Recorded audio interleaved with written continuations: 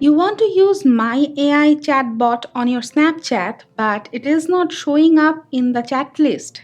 In this video, we will show you some easy ways to fix My AI is missing on Snapchat on iPhone. My AI is a new chatbot that helps you to enhance your Snapchat experience by talking to you, just like ChatGPT. As you can see, we do have My AI option here, but for some reason, if you don't see it, then you need to make sure your Snapchat is up to date because it's a fairly new feature. So if it is not showing up, updating the Snapchat can fix your problem. So if there is a pending update, update it. Now, if your Snapchat is up to date, but still you are not seeing My AI option, then this problem can happen due to too much cache and cookies stored on the Snapchat app. You need to clear it. Open Settings, go to General, go to iPhone Storage. Now scroll down and select Snapchat. Tap Offload App. Again tap Offload App. Select Reinstall App and it should fix your problem. Previously, My AI feature on Snapchat was only available